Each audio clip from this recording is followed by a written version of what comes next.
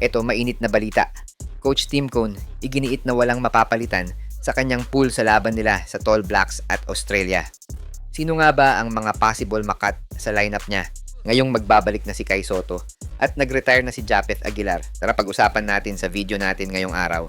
Pero bago yan, like and subscribe lang mga kabady para sa latest basketball news and highlights.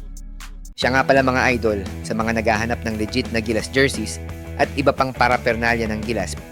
Pwede mong i-click yung product link sa gilid ng aking mga video at makikita mo na sa kanan ang lahat ng legit stores na nagbebenta ng mga high quality merch ng Gilas. Maraming salamat mga idol.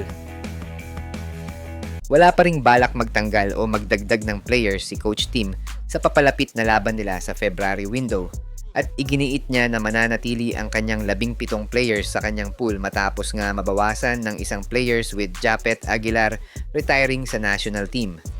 Sa interview ni CTC sa isang sports website, idiniin niya na meron lamang siyang 12 players na ilalaro sa February window kahit may mga players siyang nakita na pwedeng makasama sa kanyang pool sa lineup na binuo ni Coach Norman Black.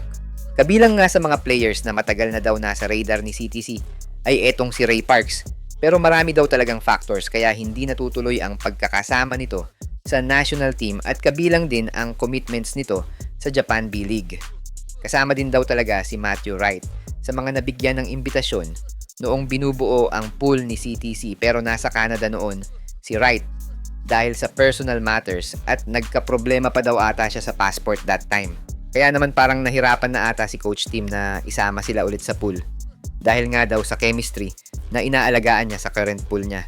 Kung saan, sinabi nga niya na pang long-term program talaga ang sistema na ginagawa niya sa Gilas kaya hindi ganun kadali magdagdag at mag-alis ng players.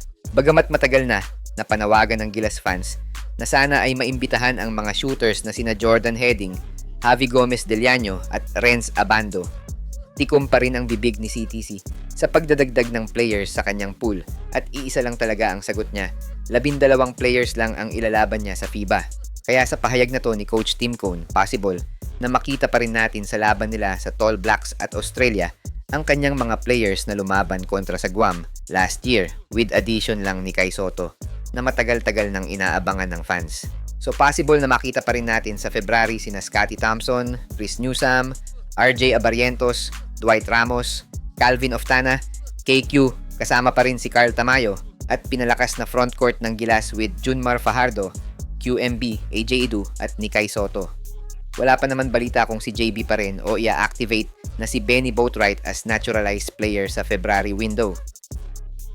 Sa mga gusto pala manood ng laban ng Gilas sa FIBA World Cup qualifiers nang walang delay at free for life, magbibigay po kami ng free live streaming link.